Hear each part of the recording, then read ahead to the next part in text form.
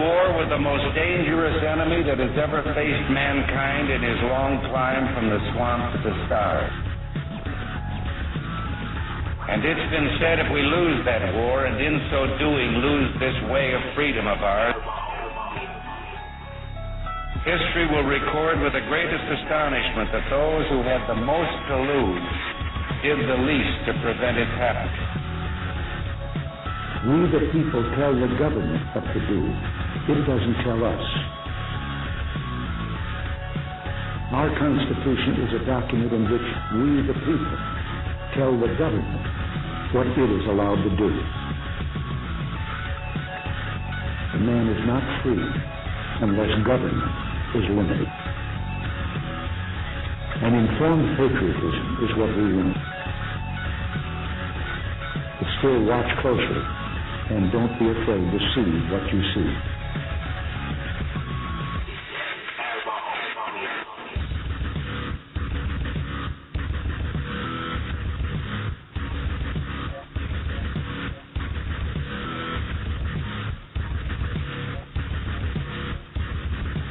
The very word secrecy is repugnant in a free and open society. And we are, as a people, inherently and historically opposed to secret societies.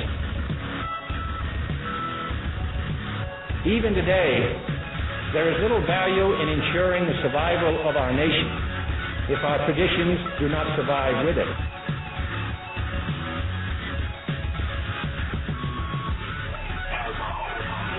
For as a wise man once said, an error doesn't become a mistake until you refuse to correct it.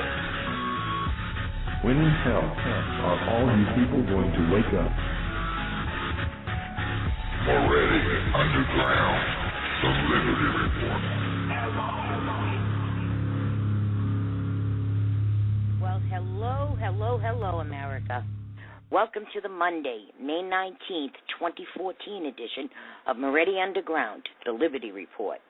Broadcasting live from right here at PRN Radio Network, the exclusive home of the Watchmen of America program. Hello, all you wonderful watchmen out there. I'm Joanne Moretti, and my awesome co-host, JoJo Norton, will be here in a few minutes, and we appreciate you tuning in. Thank you so much.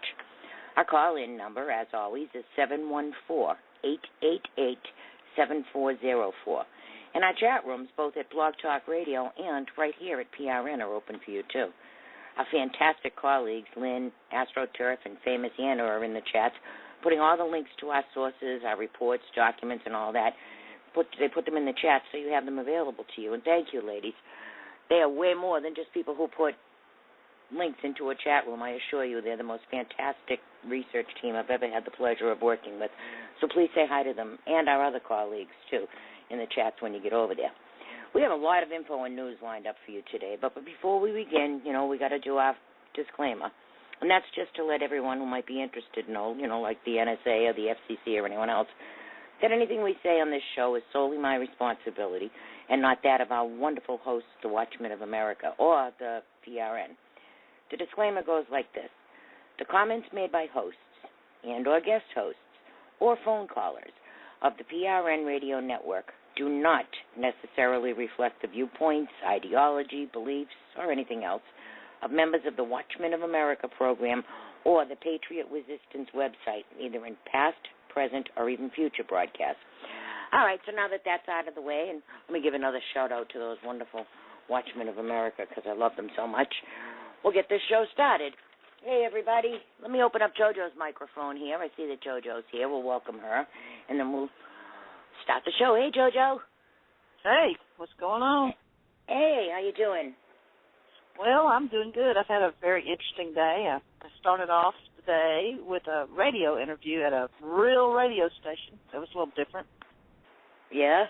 And what was it like? like? Yeah, it was kind of, it really wasn't, it was okay.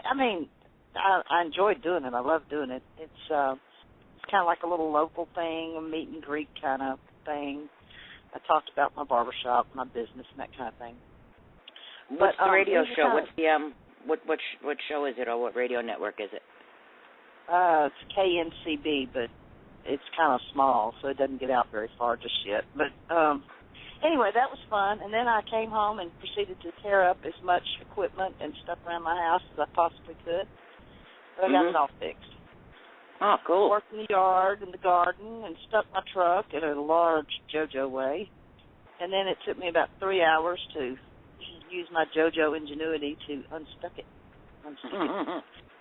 But pull up the lawnmower, fix that. So anyway, I had a good day. Oh, well, it's good to know because we got a big show tonight. Real radio, huh? That's cool. This is real radio too, you know. But well, no, but I mean, broadcast radio. Yeah, but I mean, I didn't mean we wasn't real radio. We're no, radio. I know that too. I'm like psyched for you. I'm happy for you. Real radio, huh? Nice. Well, it was different. Did you get a chance to catch Oh, go ahead. Oh, I was going to tell y'all about. I was going to tell y'all about me getting stuck because it's so JoJo typical. I had an emergency call, and my brother had was blocking my driveway, so I was trying to figure out how to get out in a hurry. So I was trying to back my truck up through the front yard, and in the country we have things called it's a drain like from your washing machine. It's called a fill line. Yeah. And I had put this old piece of metal over it, like an old bed frame, to keep people from driving over it. And first I wiped out my patio furniture, backing up because I couldn't see it, and I was in a hurry. And then I was trying to miss the bed frame. I didn't miss that. And so then I had to jump in my car and drive my car like right next to my house to the front yard so I could circle around and get out. It was quite comical. Wow. Yeah, I should have just walked. Oh, well, I tried using my car, and then I tried using a come-along, and then I went to the front yard and tied onto it and slid it sideways. Instead of trying to actually pull it out, I just slid the back end around sideways. Yeah. And like you would do on ice, like if you know how if your car's stuck on ice, you can just like push it kind of. Right. But anyway, I used an electrical cord. Of course, now it's all tied around my back of my car. I can't get it off. You're going to have to cut that off. Well, that's great. Hey, did you get a chance to catch the Preakness race this Saturday? No, I was working. How'd that go? I love those ponies. There's a horse, California Chrome. Uh-huh. They won at the Kentucky Derby, and then he won again at the Preakness. So in 3 weeks, it's the Belmont Stakes, and he's already 2/3 of the way. Yeah, he's 2/3 of the way to a Triple Crown. Keep your fingers crossed. They weren't going to let him wear his Breathe Right strips that they have over his nostrils, but they proved that it's not going to increase or decrease his performance in any way. So they finally agreed to let him use it. So we'll see. Maybe this horse has a chance. But keep your eyes on him, guys. Who was the last one to win the Triple Crown? It wasn't Secretariat. I think it was might have been Curlin. I don't know. I forget, but I'll find that out. Hey, 70,000 fish turned up dead in Marina del Rey over the weekend. Workers hauled away about 175 garbage bags worth of fish, weighing an estimated 7,000 pounds. NBC4 over in California said that authorities are trying to determine what caused tens of thousands of fish to turn up dead in the waters off Marina del Rey over the weekend. They're thinking it might have been an algae bloom behind the dead fish, which is a possibility. Several years ago we had dead fish and animals just showing up everywhere, several places in Arkansas and other places. Yeah, well, it says it wasn't immediately known what caused the fish to die and wash up to the basin, but a bait fish expert told NBC4 that Saturday night's low tide combined with low oxygen levels may have been the cause of the massive die-off. That's what happens with algae. We did a whole series of articles on the algae that they were using for the alternate fuel, and that's one of the problems that it creates is it depletes the oxygen in the water. So the fish all die off. So, natural algae, they have blooms at this time of year, which, could be. And the algae is made even worse by the runoff from the fields and into the streams and stuff, when they're using fertilizers and pesticides, things like that. So it helps the algae even more. But the depletion of oxygen will definitely kill fish. But they use an algae for biofuel, too, so I'm wondering if there's any of those algae farms out there. I know the Gulf of Mexico is full of them.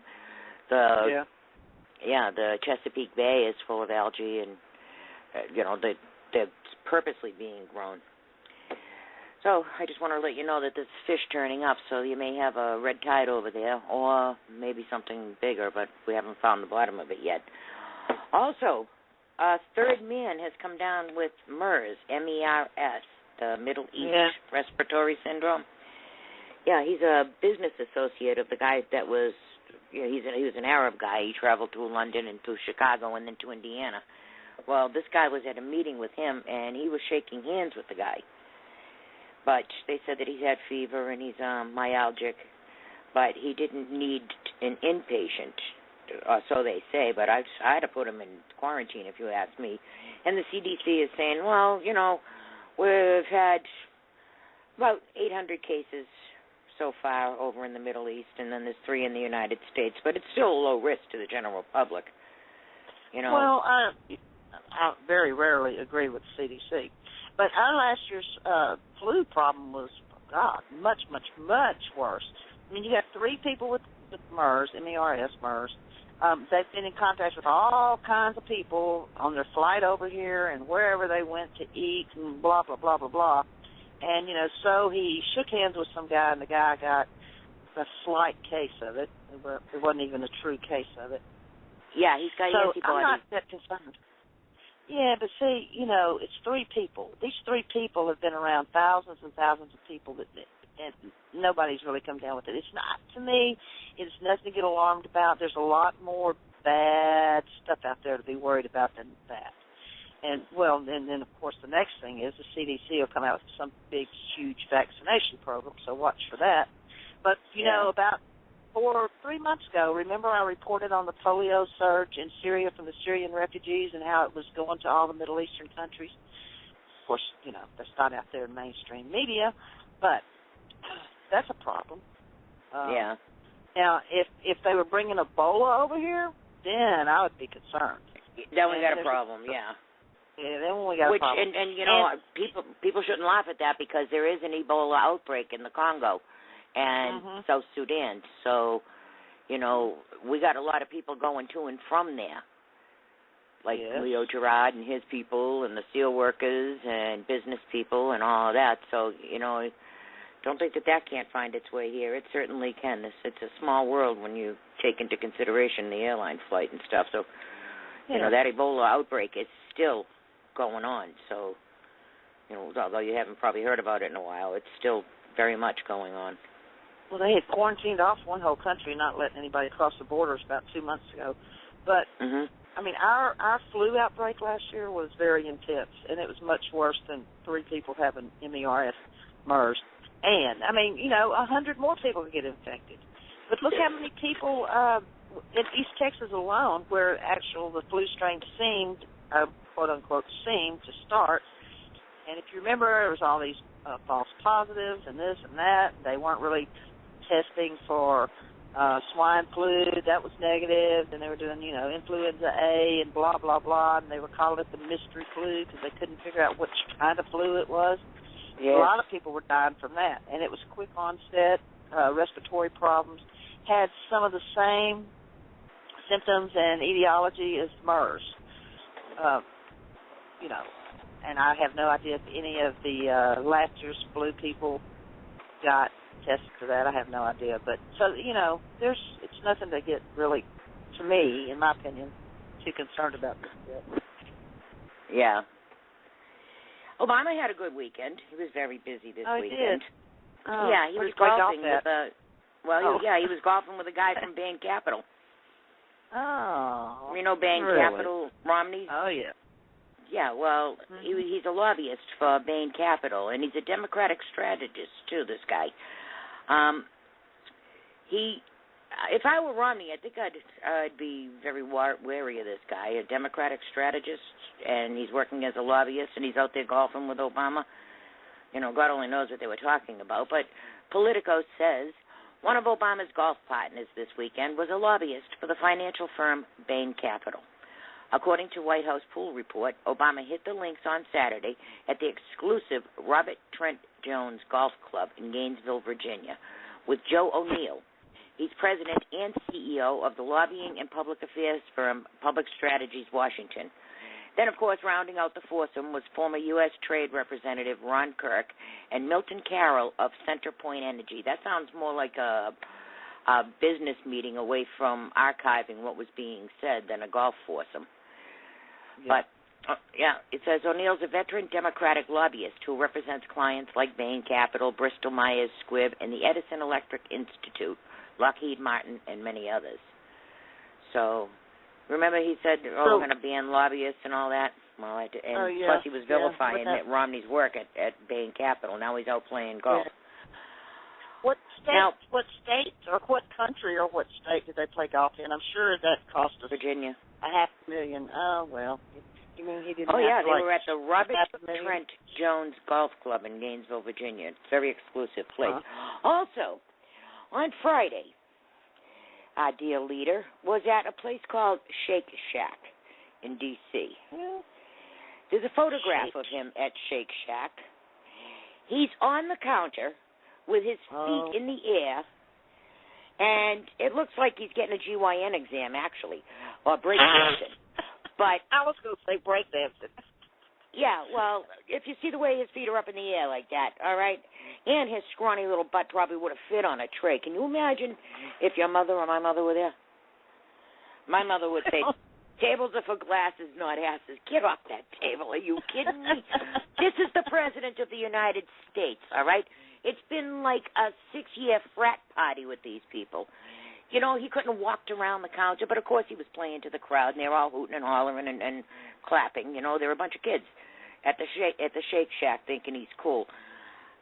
All I could think of was, my God, am I embarrassed? I cannot believe. You know, if I hear all these people, the Galatians, all talking about aliens and stuff, if the aliens ever come down here and say to me, take me to your leader, I'm not going to be able to do it. I will never confess to that. You know, I don't know what I'm going to tell them. I'm just going to tell them, no, I can't take you to my leader. We don't have a leader. I'm the leader. You know, no way I'm going to claim Obama. Not when he acts like that, out there, you know, ass waxing a counter. Oh my gosh. Also, on Armed Services Day, which of course was Friday also, the day was created under Harry Truman in 1949, and it was meant to be a day of honor, a day to honor and acknowledge the people of the armed forces of the United States. Well, that was Friday. Instead of honoring our military, he didn't even mention our military, Obama didn't, but he did honor the gays and lesbians, and he renamed the day to, and he put a hashtag out. You know how they do a lot of hashtags. It's IDAHOT. That's to recognize International Day Against Homophobia or Transphobia, using the IDAHOT. So now you're homophobic or transphobic, and we need a day to honor people. Wait. Get out the dictionary. Where in the world transphobia come from? Is that a new word for the dictionary? I don't know, but they should add words now. Well, they should, you know, I don't even care who's gay and who's not gay. Everybody knows that, but I'm getting a little tired of this heterophobia, if you ask me. Yeah. You know, Obama posted on his Twitter page, no one should face violence or discrimination, no matter who they are or who they love. Okay, I can live with that. But on Armed Services Day, fine with that. Well, that's you know, and then we got that it was Armed Services Day. Then we got this guy James Costos. He's the United States ambassador to the Kingdom of Spain and the Principality of Andorra. Okay? He tweeted, always forward together, and showed a picture of himself under the U.S. flag in Spain, Madrid, Spain, at the U.S. Embassy. He was flying a rainbow gay pride flag on IDAHOT Day. So we have now changed National Military Day to honor gays and trans, whatever they are. Michelle Obama, though, she made the news this weekend, too. She was at a speech. It was supposed to be a commencement speech, but she said she didn't want to interrupt their festivities. So instead she went to Seniors Day, remember, for the graduating high school students in Topeka. Well, in remarks released, Michelle Obama, said students need to police family and friends because federal laws can only go so far in stopping racism. First Lady Michelle Obama is encouraging students to patrol their family members for racially insensitive comments. Does that sound Orwellian or like weird to you? They want these students to listen to Grandma and Grandpa and cousins and uncles, and if they say anything of racial content, what are these kids supposed to do? Tell Michelle? I don't know what they're supposed to do. Well, they probably got some kind of hotline. I mean, this is so Nazi Germany fallback. And first of all, is this for everybody, or is it just for one race, or is it for all races? Yeah, that's what I want to know, too. Was she talking to all races? Because I've been seeing a whole lot of racism against white people and white children recently. So even this check your privilege stuff that they're pulling on little 8-year-olds. But, yeah, who are we patrolling here? Well, I don't know, but Joanne, you can't call me a redneck anymore. I'll have to call Michelle. Call Michelle on me. I want to word with her anyhow. I hope she calls me. Because I got a few things I'd like to discuss with her when I get her on the phone. But she says maybe start simply with your own family. You know, you got to drag your grandparents. It says here, Obama asked students to take steps to drag my generation and your grandparents' generation along with you in the fight against racism. Racism sucks, but so does falsely being accused of racism. But I'm seeing it all over the place. I mean, they're even brainwashing children, JoJo. I got this other story, right? Starts out here. This is from Last Resistance. It says, many people hate homeschooling because they feel they can't trust parents to teach their kids the right things. People are often particularly hateful towards homeschooling Christian families because their education is often rooted in establishing in their kids a biblical worldview, which liberals claim is nothing short of religious fundamentalist indoctrination or brainwashing. So this is why we're supposed to entrust our kids to the state, where at least they'll be taught the right things. No indoctrination or brainwashing, just getting kids to recite the pillars of white privilege. The Blaze put this out. Educators at the 15th Annual White Privilege Conference in Madison, Wisconsin, made no secret of their plans to begin targeting younger students with their message of social justice.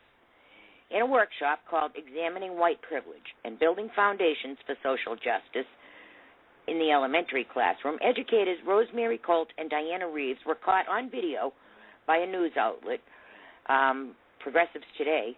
They were speaking about how teachers can insert social justice, anti-racial information into their lessons that even little kids can understand. And then they were holding up this T-shirt for the 8-year-olds, and it says, got privilege? I got to tell you something. Well, what is white privilege? Somebody give me a definition. That's what I want to know. Yeah, I want to know what white privilege is, and I want to know why it's okay to go after children because of their race. I don't know, but I obviously missed the white privilege train. Yeah, well, nobody even asked me what race I wanted to be, by the way. These children, nobody asked these children, what do you do if you have a mixed-race family? Okay, are you supposed to love some of them and not the others? You know, and what if you're a white person with black grandchildren? You know, what are you supposed to say? Okay, I love those ones better because somewhere, back in history, one of their ancestors may have been oppressed. All right, or do you say, get in the pile with the rest of the kids, everybody's doing the same thing here, and so will you? You know, this is ridiculous.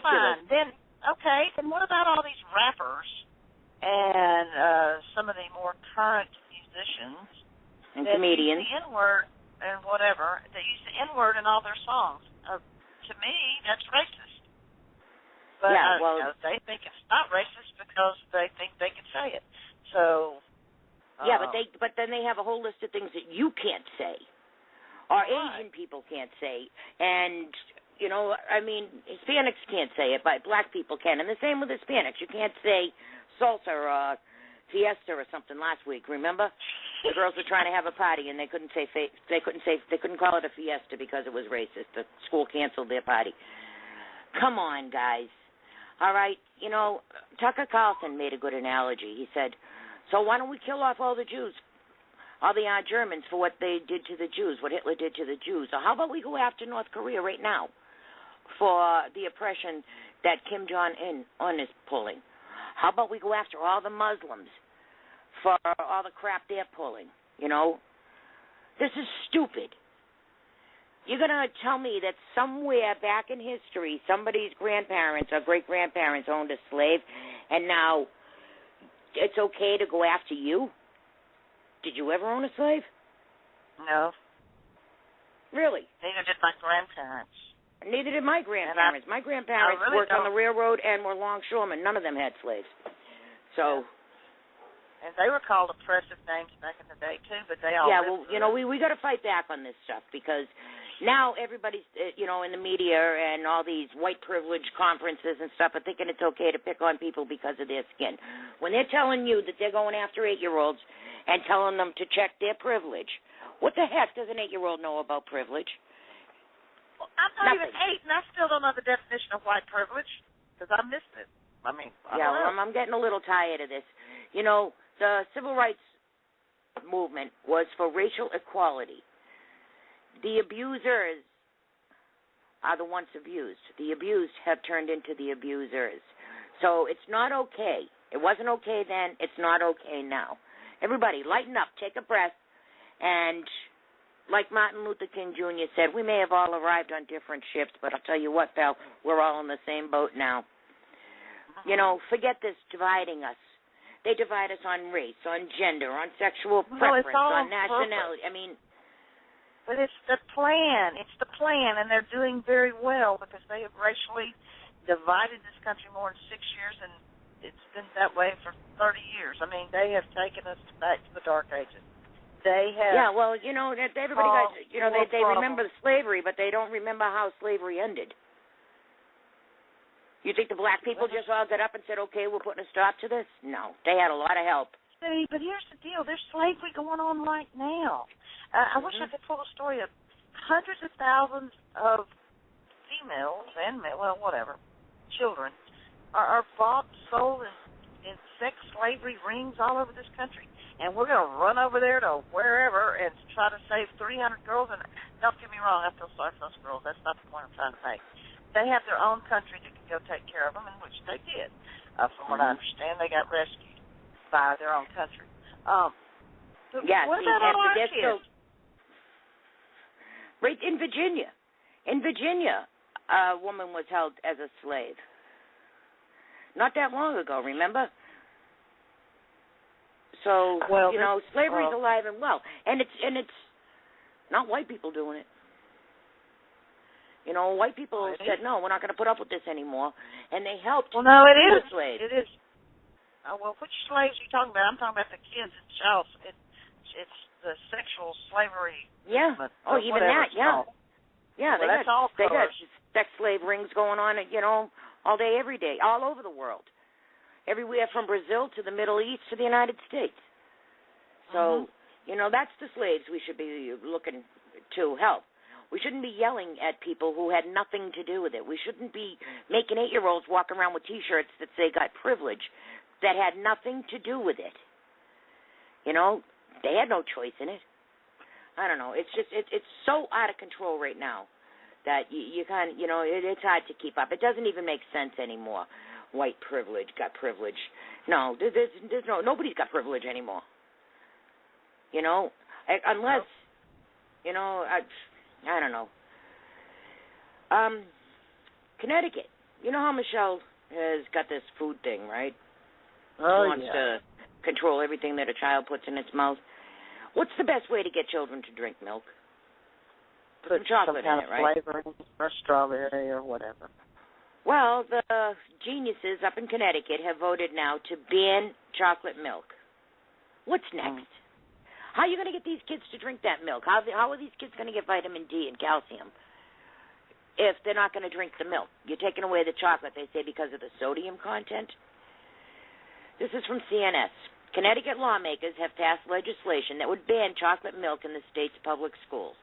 The legislation was passed in order to help the state comply with new federal school lunch standards that have been championed by First Lady Michelle Obama. Supporters of the ban claim the high levels of sodium in chocolate milk is the reason for the ban. But the American Heart Association say the benefits of flavored milk outweigh any sodium concerns. And some health experts warn that the chocolate milk ban will result in students not receiving enough calcium and other nutrients that are found in the drink. So, you know, lay off the kids. And shouldn't that be the parents' responsibility? What are parents' responsibility anymore? They don't want the parents to have any responsibility. This goes back to the white privilege, to the slavery, to this and that, the other, to all these new words they're coming up with. They don't want the parents raising their children anymore. They want the schools and the government to raise their children. That's why everybody's fighting Common Core tooth and nail, because Common Core is like double indoctrination. Oh, yeah, it is. I've seen a lot of their lessons and their math and everything. Yeah. But, you know, it is. They want your children not to eat before they go to school because they serve them breakfast and they have to keep count. They want them to eat lunch there. Some schools are even serving dinner now. So what are you, just a babysitter for the state's children now? Yeah. Yeah, well, we better watch that, too. You know, parents better get off their rear ends and start taking the responsibility back. You know, these people work for you. Your taxes pay these teachers' salaries. The federal government does a head count every day, and these people get paid per head. If they want to keep their jobs, you know, well, I don't know. You know, they're even getting rid of charter schools. They're talking about this racist crap, right? And they're saying, well, you know, the city schools are mostly black now. Parents don't put their kids in the city schools. This is from people who have their children all in private schools. Like Michelle Obama. Her kids go to that Sidwell Friends. But she's one of the biggest ones complaining about how the city schools are in terrible shape and they're mostly black students now. Even Bob Beckel today on the 5 brought that up. Well, how about you improve the quality of the schools? How about you can fire bad teachers?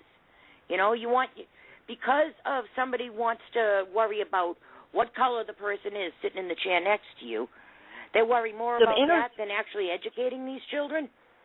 That's because most cities, inner cities and cities, are predominantly black. The demographics are black. So what do they want to do? You know, bus kids in 50, 60 miles from the suburbs. Then we're going to go right back to 1971 or 2, and when it's going to be all that forced busing and this, that, and the other. I'm going to age myself here, but I come from Boston, as you may have guessed with my accent. Mm-hmm. My last year of school was the first year of busing. It was a real tumultuous time in the city of Boston. Mm-hmm. And, I mean, kids that we had been hanging around with for years all of a sudden had to choose a side. You could go with the black kids or you could go with the white kids. You didn't even look at each other in the hallways. It was disgusting. And, you know, the fights, the crowds, the media, the horseback cops and all of that, it was just crazy. Finally, we threw everybody out of the school and told them, you know, take your protests and everything elsewhere. And we got along just fine again. There was, you know, but we learned a lot from it. We don't have to go back to that again.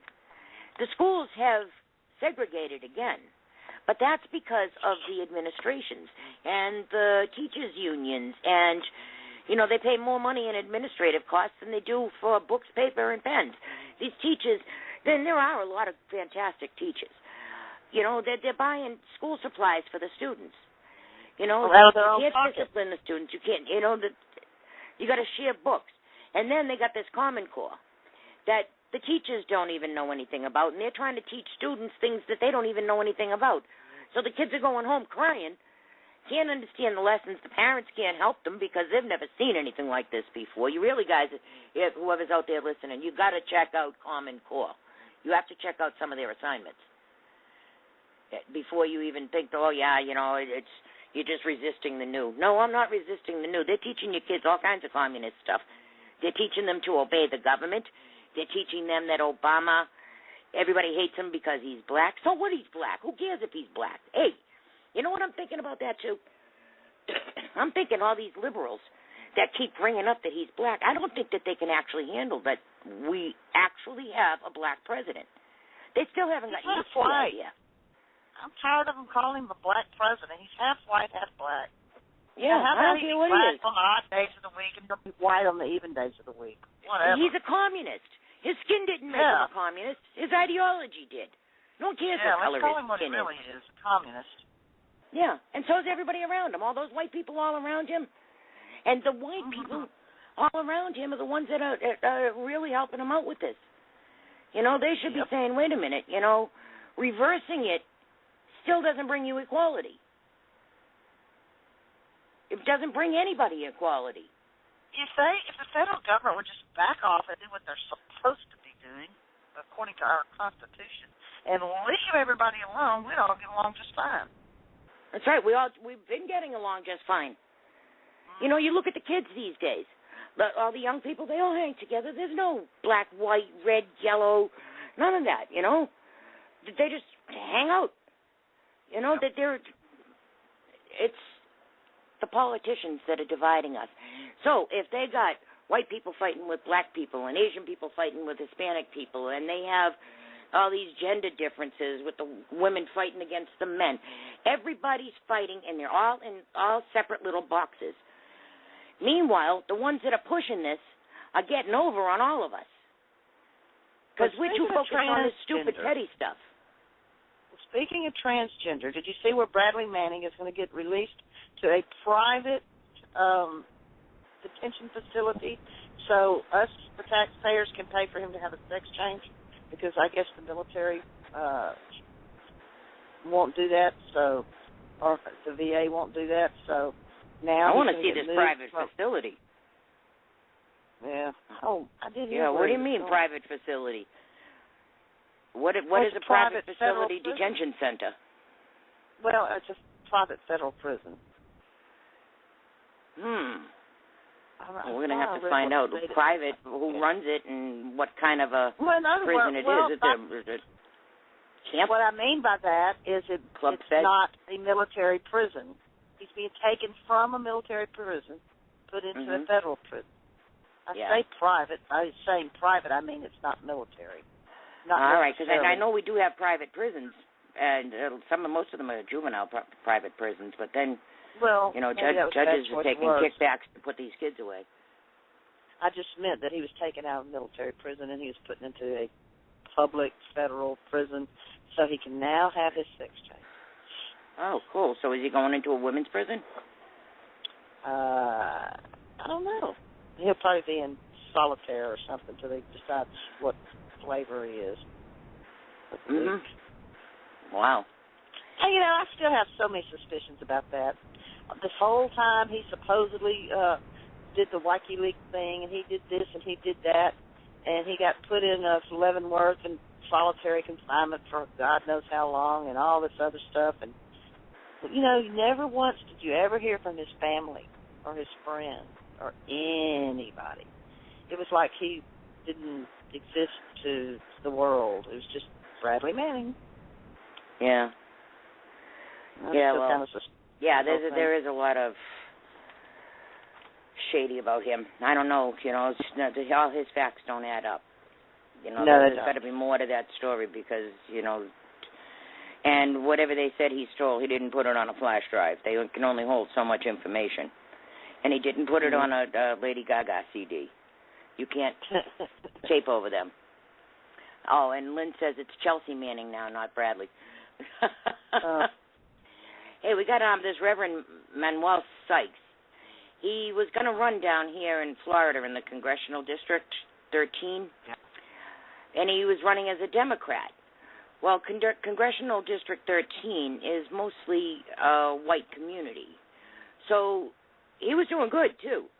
But the Democrats, the Democrat Congressional, DCCC, the Congressional Caucus, they decided he was a black man, and he's running in a predominantly white area. So they bullied him into dropping out of the race. Bullied, huh? Sounds more like they threatened him to me. Yeah, it does. This is from Weasel Zippers. It says, we reported on this case in April. Reverend Manuel Sykes was the only official Democratic candidate in the 13th Congressional District in Florida when he received a bullying call from the Pinellas County Democratic chairman telling him to get out of the race in favor of another candidate, a white candidate, Ed Janey. Janey has since dropped out of the race, too, under a cloud of having exaggerated some of his background. The chairman made it very clear to Sykes that Democrats thought he stood less of a chance because he was running in an overwhelmingly white district.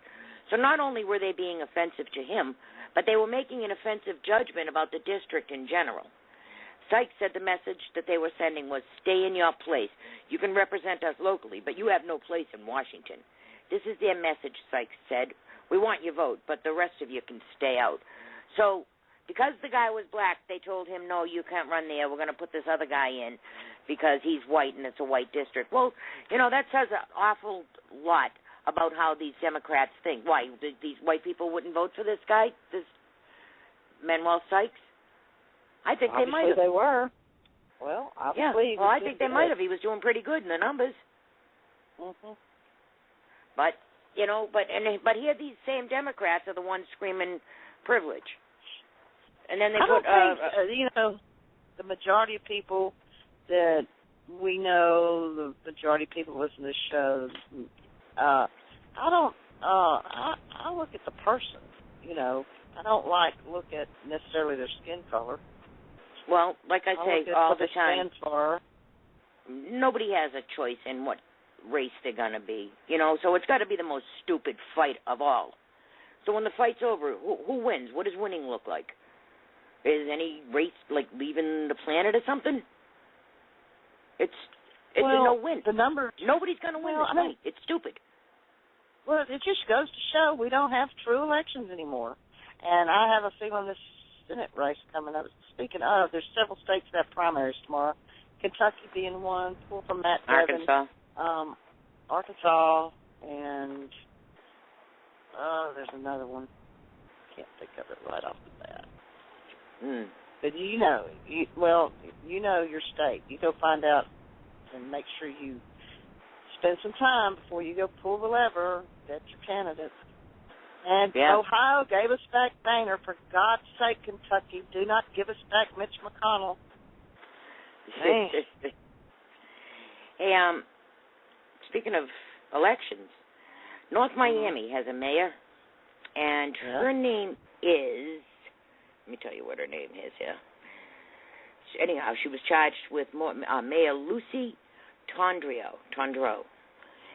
And the federal agents are planning to arrest her. She's in Las Vegas right now, but when she gets back, she's getting arrested because she was frauding mortgages. It says when she returns, the mayor is going to join 3 other suspects facing charges of conspiring to commit wire fraud and actual wire under an indictment unsealed Monday afternoon today. All 4 were charged with defrauding lenders on $8 million in loans used to purchase 20 South Florida properties by using straw buyers. In 2006, according to the indictment, the mayor is accused of using her radio program at the time to recruit alleged buyers for the fraudulent loans. Another defendant, Carl Oresti, 56 of Miramar, made a first appearance Monday in a Miami federal court. Magistrate Judge John O'Sullivan granted him a release on $50,000 bond. There's another guy here. His name is Charles something or other. Let me get to his name. But he's her partner. And her and old Charlie Boy were in trouble for another reason. All right? McViet, Charles. He and she were in possession of a whole bunch of absentee ballots. It says MacGyver Charles sat behind the wheel of a black 2008 Toyota Tundra in Miami late last year when police pulled him over. It was no routine traffic stop. The cops knew Charles, a 56-year-old political operative known as Charlie, and he was driving with a suspended license, yet that's not why they had been trailing him. They were after evidence of attempted election mischief. In the SUV, officers found numerous Miami-Dade County absentee ballot request forms. The same day, investigators raided the private business office of Lucy Tondreau in connection with 60 unlawful absentee ballot requests submitted online. Now, in Florida, it's illegal for these people to be in possession of an absentee ballot or to file for an absentee ballot for somebody else. So here they are. Here's this chick. She's got $8 million in mortgage fraud. Her and her partner found with multiple ballots, absentee ballots. Why are they still walking the streets? I don't know. Because do they have a D behind their name? I bet they do. I don't know, but, one of them's a mayor. Well, they How does... if they have an R behind their name, they'd be in jail. But Eric Holder is not going to. Yeah, they don't even tell you in any of those articles that the chick is a Democrat. I had to really dig hard to find that out.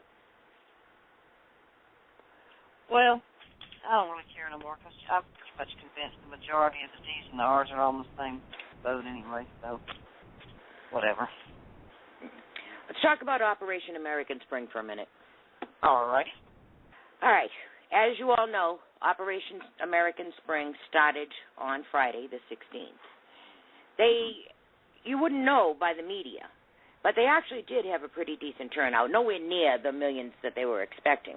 But they had between 3,000 and 5,000 people, and still do. I thought they had up to 10,000 or better. Well, they did at one point have up to 10,000, but nobody was actually, well, I'm sure they were taking count, but nobody actually put any numbers out yet.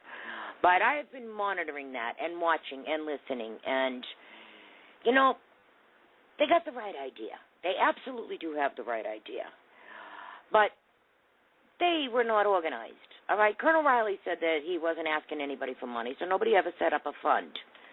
They didn't even have porta potties. These people were walking around D.C. all day, going from the Lincoln Memorial to the White House to the Capitol, and that's cool, and there were a lot of them. And, but I think maybe they should have lined up some speakers and, had some porta potties and a stage and a permit and things like that. But you don't understand. You can't have porta potties.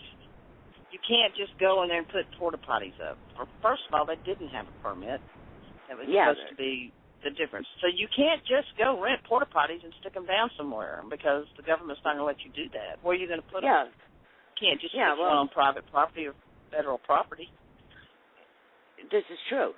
But where are they staying? Now, they said that they were going to be camping, but where are they camping? I know there's a campground about 10 miles away where there's about 800 of them staying. But they'll do like they've done before. I mean, some of them were like staying at private farms 50 and 60 miles away in Virginia. People in the area said, here, I got 20 acres. Here, y'all come on. That's here. Good then. I mean, I'm certainly not dogging them because these people actually did get up. They did go out to D.C., and they are there, and they are sincere. So, I am certainly not dogging them. I'm very, very proud of them. I just think that, maybe more of us should consider going and joining up with them, and maybe more of us should actually apply for a permit and get some porta potties and just, expand on them. Help them. They're not going to give you a permit, Joanne. You can't, They can't deny you a permit. Yes, they may slow walk it. They do it all the time. They do it all the time. And first of all, I was on the medical team, but, 2 months ago, I had my money put back to go, but then my tiller ran over my gas main, so there went all my money. So, but if it goes on for a while, maybe I can save up some more money and go next month. We shall see. Yeah, well, that's what I'm thinking too. Is let's see how it goes. See if they can expand on it and see if they can pull it together. Now, it really doesn't I know, matter if you expand. You're not. Even if you only had 10,000 people a day. If you had 10,000 people a day for 60 days, I mean, coming and going, coming and going. Yeah, well, the least I think that we should do is maybe send some pizzas out there or something. Let them know that people are paying attention. Now, I've seen the pictures, and the cops were being very respectful, and all the demonstrators are being very respectful. They're Americans. They're not going to start trashing the place. What impressed me most, though, is the Anons are there. I saw a bunch of the kids with the Guy Fawkes masks. That shows me that these kids are maturing. They weren't there with Occupy or anything. They were there in support and still are. There's a whole group of them. And I saw a couple of them be interviewed, and, they're in support of it. They want less government, more transparency. They want free market, at least the ones that were there in support.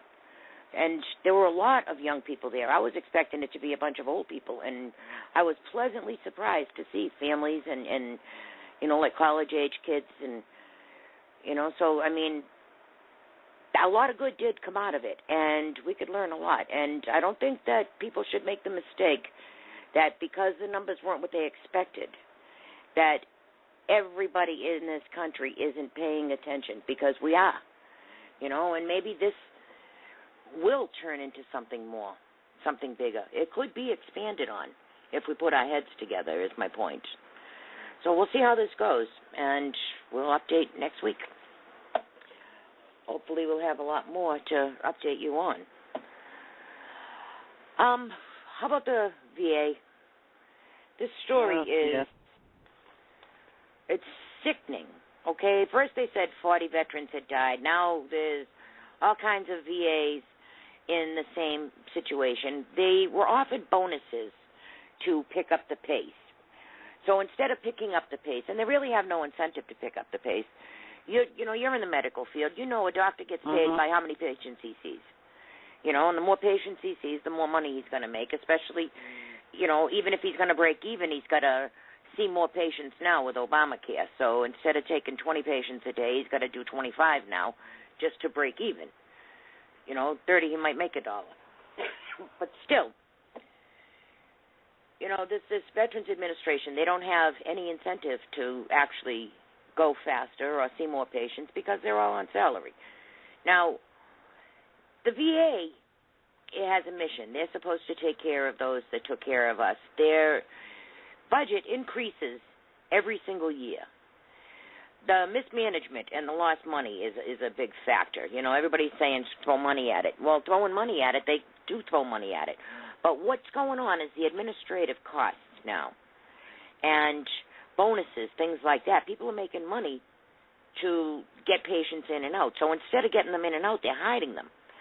Now it comes out that there's at least 100 of them that the families have been paid, and what was mentioned was inaccessibility to medical care or delayed medical care. That's why the 100 of these families have been paid off in the last couple of years.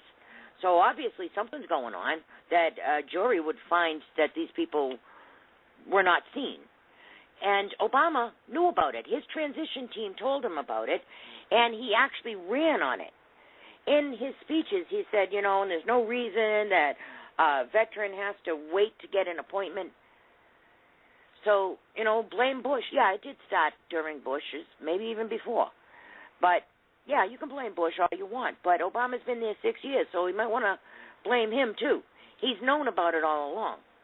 Now, Jay Carney said that Obama found out about this VA situation from the news.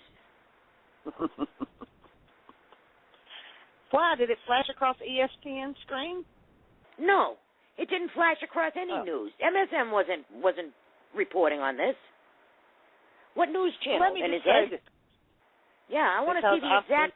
I want to see the exact story that Obama found out about it, because I haven't seen it on the news until it broke with Judicial Watch. I'm sure that things are much worse, but I worked in and out of the VA a long time ago doing transports back in the 80s. And VA has always been, you go and you see a doctor and you sign up for an appointment, and your appointment might be 2 months later, and, they have like a little emergency room, then they have a little other kind of clinic, and they have this and they have that, and yes, they wait, but yes, you wait everywhere else too. And now I'm sure that there are a couple of VA hospitals that are really not managed well by administration. But when I worked in the New Orleans VA, it was one of the finest ERs I ever worked in. I never saw any major problems at the Shreveport VA. But, I don't know what's going on right now. But I can tell you I've worked at 2 county or state hospitals in major trauma centers, one being D.C. General on the Massachusetts Avenue in D.C., and it's nothing to wait 12, 20 hours. There was many a times people waited so long to get sutured we couldn't even suture them anymore because the wound was too old. Wow. That's been going on a long time. When you have an influx of patients, you only have X amount of beds, you only have X amount of room to see X amount of patients, and then you triage, like I've explained before, the worst gets seen first, and you're having a bad gunshot wound night, and You know, you may be sitting in the waiting room with a broke arm or a lacerated leg, but as long as those gunshot wounds are rolling in, you're going to keep sitting in the waiting room. Yeah. So, yeah, well, I can understand that about an emergency room. But, I mean, these people are scheduling people that, you know, in 14 days, but they've already been on a waiting list for 6 months. You know, they bury those ones. This isn't emergencies. This is, you know, continuing care and ongoing. One psychiatrist said that 2 of her patients had committed suicide. They couldn't even get in to see the PTSD doctor. Well, in the private sector, it's hard to get a psychiatrist. There's not that many of them. I mean, when I was discharging patients from somewhere else, I mean, it would be like, you know, you discharge somebody on Friday in the middle of the month, and it might be 6 weeks. If you could find a psychiatrist with an opening, it could be 6 weeks before you could get a follow-up appointment. This isn't just the VA. This is the whole medical community. And that's my point. This is completely government-run. The VA hospital system is completely run by the government. What you are witnessing, ladies and gentlemen, is a prelude, is the ghost of Christmas future there, Scrooge, of Obamacare. It's what's to come with that and single payer, because we all know we're going to single payer because Obamacare's a failure. Right. Unless we can get some new people in there, midterms, and have it repealed. Yeah, well, single payer was the original goal. Remember, Bonnie Franks told us about that. Right. But then for Jay Carney, the spokesman, to come out and say that Obama learned about these problems on news, yeah, what news? No, I don't think so. And then Jonathan Cowell. Yeah, well, if it wasn't on ESPN, he didn't see it, and it certainly wasn't. Now, then there was this tense exchange today with Jay Carney and Jonathan Cowell from ABC. The Blaze says, ABC reporter Jonathan Cowell pressed White House Press Secretary Jay Carney in a tense exchange Monday over the U.S. Veterans Affairs scandal and whether there had been any real accountability. Discussing the recent resignation of VA Undersecretary of Health Dr. Robert Petzel, Cowell asked Carney how the resignation could be considered accountability when the VA put out a press release on September 20th saying he was leaving. That's almost 8 months ago, Cowell added. In fact, his predecessor was nominated 2 weeks ago. So when Carney brought up the American Legion statement, Cowell interrupted him and clarified that he wants to know what the White House has to say. However, Carney again referred to the American Legion.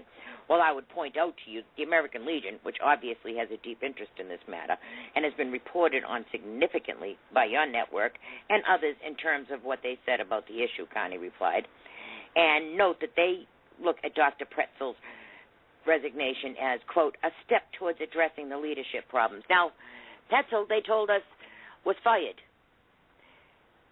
over this VA scandal. No, he wasn't fired. He had already filed his retirement papers, and the guy who was replacing him was already chosen. So, no, he wasn't fired. There is no accountability. And, you know, like I told you, 100 vet deaths were linked to delays in treatment. Now, they are saying it's not money. Money's not the problem. The VA gets the money they ask for every year. You know, it would be stupid for any politician to say no to that. So politicians aren't going to do that. You're going to say no to giving the VA money? No, that's not going to happen. This is deeper and this is bigger, and I'll tell you what, this is a preview of what's coming. So if, you know, the government can't deliver health care, they can't deliver the mail without falling behind and having people, you know, laid off and stuff because they just, you know, they spend money crazy. It's a spigot. While we're thinking of that, I'll do one more and then we'll take a break. The federal budget deficit is looking worse than expected. Now, remember, he was going to cut the deficit in half. He wasn't going to cut the money we owe out, the trillions we owe out in half. He was just going to cut the deficit in half. So they raised the budget, and then he cuts the deficit in half.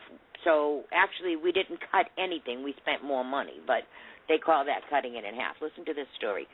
The federal government appears to be on track for a bigger-than-expected budget deficit in 2014, as the government's not taking in tax revenues at levels it expected so far. The Congressional Budget Office released a report in mid-April that said the budget deficit would be $492 billion in fiscal year 2014. That estimate was based in part on the expectation that tax revenue would increase 9% from 2013 to 2014. But less than a month later, in early May, the CBO said that the first 7 months of the fiscal year, total tax receipts are only up 8% so far. So that increase is a $10 to $20 billion less than what the CBO expected to be at this time. So now we're $20 billion over what they expected to be, and they had even accounted for increases. And they still didn't account for much. And, of course, we're taking in less tax revenue. Nobody's working, so they're not paying taxes. People aren't buying things, so they're not paying taxes. You know, it all goes back. It's a big circle. You know, you can raise taxes all you want, but if people don't have any money and don't have any jobs, how are they going to pay these taxes? I have no idea. And you take into consideration what Obamacare is going to cost and the increases in Medicaid that all these states are doing. We're not cutting any deficit. We're going deeper and deeper in a hole. All right. Let's take our first commercial break. And when we get back, we have a whole bunch more news. And I got a whole bunch of gun stuff coming up. So we will be right back, ladies and gentlemen. And we are back. You're listening to Moretti Underground, the Liberty Report, right here at PRN Radio Network, the exclusive home of the Watchmen of America program. Hey, you guys, Watchmen of America program is one of the best groups you could even consider. You should all look them up. They're just a benevolent group of people that I'm really, really happy to know. Our call-in number is 714-888-7404. And, of course, I'm Joanne Moretti, and JoJo Norton, my great co-host, is here. And all our colleagues that are in the chat rooms putting all the links to our stories in there and documents, things like that. And we're coming up on some documents, too. But I want to say thank you to them, and please say hi to them when you get there. Let's talk about guns for a second, JoJo. There is some gun sellers who have been classified by the feds as high risk, and that cuts off their banking and restricts their business. The Washington Times says gun retailers say the Obama administration is trying to put them out of business with regulations and investigations that bypass Congress and choke off their lines of credit, freeze their assets, and prohibit online sales. If you don't know about Operation Choke Point, you really should look it up. Anyhow, since 2011, regulators have increased scrutiny on bank customers. The Federal Deposit Insurance Company, FDIC, in 2011 urged banks to better manage the risks of their merchant customers who employ payment processors, such as PayPal, for credit card transactions. They're trying to get rid of, actually the feds are trying to get rid of PayPal and payday loans and things like that. Anyhow, the Justice Department has launched Operation Choke Point, a credit card fraud probe focusing on banks and payment processors, and the threat of enforcement has prompted some banks to cut ties with online gun retail, even if those companies have valid licenses and good credit histories. The administration has very clearly told the banking industry which customers they feel represent reputational risks to do business with. And, you know, all these lawyers are getting in on it now, and these gun companies, and they're saying that the feds, you know, they when people tell you, when people like us tell you they're coming for the guns, other people will say, nah, they can't do that. Well, yes, they can, and they are, but they're not doing it like we thought they would. They're not kicking down your door. They're making it impossible for you to even have a gun, to buy a gun. Now, one of these gun retailers, they sell parts to guns. So they're even worse off. I mean, that's like buying accessories for your car. Well, they were considered high risk, and now they can't even get any credit. The bank told them to move their accounts. You know, so Obama's coming in the back door with this gun control. Another thing coming in the back door is smart guns, SMART. I know, I'm from Boston, so I said smart. But smart. Listen, smart gun. Yep, these smart guns. This is y'all better pay attention to this because this is the end around. This is the end around. It may take a year or two or three or four, but this is how they're fixing to do it. Yeah. well, one of the people who make smart guns filed a patent the other day for a remote kill switch. Do you know what that will do? That will shut off your gun. That'll shut it down. But you know what else I'm thinking here? A smart hacker could shut down the cops, the military.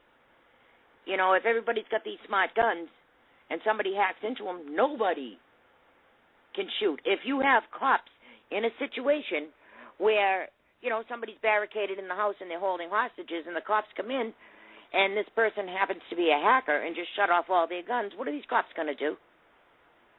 What are you going to do if somebody breaks in your house and is threatening your family and they have a gun that isn't too smart, that doesn't have all these meters on it, and your gun just somehow happens to be shut off because somebody was going by and decided to check out their thing, so now you can't shoot back.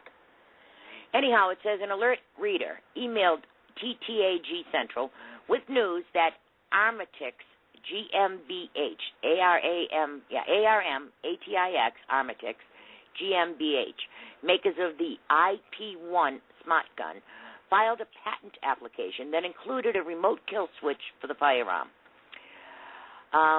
It's not a bug, it's a feature, actually. It goes, preferably the inventive device is designed such that the device or the activated identification medium authenticated in response to a signal transmitted from a remote station to the device wake up and request signal, whereupon the remote station and a logistical and physical access or access to one allows or prevents the thing to shoot. So from 6 blocks away, they can shut off your gun. Actually, they're coming for the guns, ladies and gentlemen. They can shut them off by satellite. Yeah, shut them off by satellite. They can shut them off down the street. They can, you know, it's a short step for a ban on the sale of dumb guns. So what they can do is, at some point in time, probably by executive order, I'm just guessing, they'll say it will be illegal to own a dumb gun, that we will protect your Second Amendment rights, but you're going to have to own a smart gun. And if you have a dumb gun, which is what we have now, a regular gun, I'm just calling it a dumb gun. If you have a dumb gun, they're illegal. So turn in your dumb guns and buy a smart gun. That's what will happen next. Yeah, and then they can shut it off, just like they shut off your cell phones when they don't want you communicating, like they did this weekend over in D.C. None of the people that were running Ustreams could get them up and running on Saturday night and Sunday. They shut down cell phones, too. They jammed everything. Yeah. Yeah, only the guy that was 10 miles away reporting from his RV was able to get a signal out. But all the people that were on site up there in D.C., they couldn't even send pictures from their phones. I can't swear to this, but I think they even had problems with ham radios, I think. Can't swear I don't know. I didn't hear about that. Well, I might be stupid. I can't. Yeah. Last week we told everybody about a piece of paper that was found on the floor at a secret meeting that Soros had with big donors, mega donors. Mm-hmm. Well, there's more to that story that come out today. You know, Democracy Alliance is a Soros group, and he gives money to all these organizations. Well, he's planning on spending $200-and-something million. $40 million of it is going just to left-wing groups in 2014 to support high-profile political and policy efforts, it says. There's all kinds of dark money. And it says the document was revealed for the first time, the Democracy Alliance's full portfolio of supported organizations. It says in all, the documents reveal that the Democracy Alliance hopes to provide $39.3 million to 20 organizations this year if it meets fundraising targets. So let me tell you some of the organizations. OFA, of course, is one of them. There's Democracy Alliance, there's the Center for American Progress, American Votes, the American Constitution Society. I know we've talked about them here on this show. As a matter of fact, Bernadine Dawn is on that society. How can she possibly name something, Bernadine Dawn of all people, how can she possibly name something the American Constitution? Because it's a front group. She sticks the word Constitution in there, and the only thing she knows about the Constitution is how to go around it. Exactly, and that's exactly what she's doing there. She is taking high-profile terrorist cases, and she is consulting on the Gitmo detainees with Covington and Burling. Anyhow, they got Media Matters for America is going to get $2.4 to $3 million. Progress Now, Center for American Progress, Youth Engagement Fund. Also, Michael Kieschnick, we've talked about him. Remember the other day Harry Reid was saying how the Koch brothers are going after the secretaries of state and they have to be stopped? Haven't we? I mean, how many times have we talked about Soros' Secretary of State program? And this guy, Michael Kieschnick from Credo Mobile, from Act Blue, Unite Blue, the only progressive cell phone company, but he also has those credit cards, too. He is the CEO of Soros' Secretary of State program. And no wonder that Harry Reid is flipping out about the Koch brothers going after the Secretaries of State program, because that's a Soros gig. And they're offsetting it, and he's not happy about it. Hey, your boy, Alan Grayson, wants to be on the special committee. Whoa, you didn't. He ain't my boy. I know. I just thought I'd get a rise out of you. Alan Grayson wants to be on the special committee. He's chomping at the bit for this. Listen to this. The hearings have yet to be scheduled for the next committee. This is from BizPac, by the way. Investigating the Benghazi attack. But a Democratic congressman is already threatening to derail the process. U.S. Representative Alan Grayson, a Democrat from Florida, told Al Sharpton on MSNBC's Politics Nation Friday that he's ready to serve on the committee. I would be their worst nightmare, Grayson said. I'd be their worst and last nightmare. So he's volunteering to be on this committee to derail it? Why would you be on an oversight committee or a special committee to get to the bottom of it, to find the truth? To be what, the court jester? I suppose every court needs a jester, right? And he would be perfect for the job. Well, let's rig the committee. Let's rig the committee just like everything else is rigged. Send in a couple of ringers like Grayson so we can make sure that the whole committee is a total disaster and they'll never get to the bottom of anything because they'll spend time arguing over stupid stuff and legalese, and he'll just be there to do nothing but disrupt the whole hearing. So my suggestion is you take 20 people and you put their name in the hat, and have them, if you need 5, you pick 5 names out of the hat, and that's who you go with. Yep, I agree with that. Well, Pelosi hasn't decided whether Democrats will participate yet.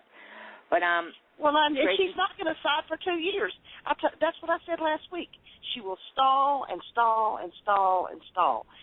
She will put off. They'll never even get to the hearing because they'll never have a committee. It's just they're going to stall forever. Yeah, well, I don't think that Gowdy's going to let that happen. But he goes on, right? And it says here, Pelosi hasn't decided whether Democrats will participate. But he says, I've said if she decides to have Democratic members participate, I'd like to be one of them, Grayson said in the XM interview. Now listen to this part, JoJo. More than 22,000 people have signed a petition launched by Credo Mobile, which calls itself America's only progressive phone company, asking Pelosi to name Grayson as the sole Democrat to serve on the committee, according to the Huffington Post. So there's Michael Kieschnick again. We knew when we found him that we had something. We had never even heard of this guy, Michael Kieschnick, but he's everywhere now. He's like Wade Rathke with Acorn or Drummond Pike with Tide. Michael Kieschnick from Credo Mobile. You might want to look him up. As a matter of fact, our crew did a whole expose on him that's called Another Shadow Radical. Ulsterman is on our agenda today. Ulsterman put out a real good article about Clinton's Haiti scandal. Now, we all know that there was massive money that went down there to Haiti after the earthquake. And these people are still living in cardboard boxes. They never saw a nickel of this money, but there was mad money. Well, Ulsterman writes, a few alternative media are attempting to push the story out into mainstream waters, and rightfully so. The hundreds of millions of dollars apparently built off the tragedy that was the Haiti earthquake of 4 years ago is worthy of serious attention, and the Clintons are right up to their eyeballs in it. As allegations surface regarding Clinton wrongdoing involving missing millions, Hillary operatives are scrambling to put out the fire. The Wall Street Journal just picked up the story and had this to say about it.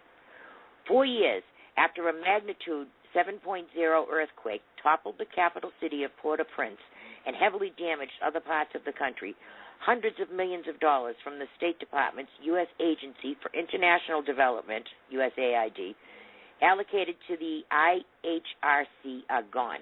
Hundreds of millions more to the IHRC from international donors have also been spent. Left behind is a mishmash of low-quality, poorly thought-out development experiments and half-finished projects.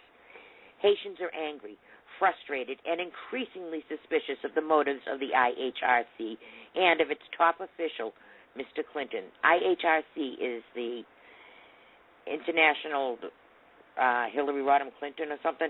Anyhow, Haitians are bitterly disappointed, but with Mr. Clinton in charge, supervised by Mrs. Clinton and her State Department sidekick, the outcome was predictable.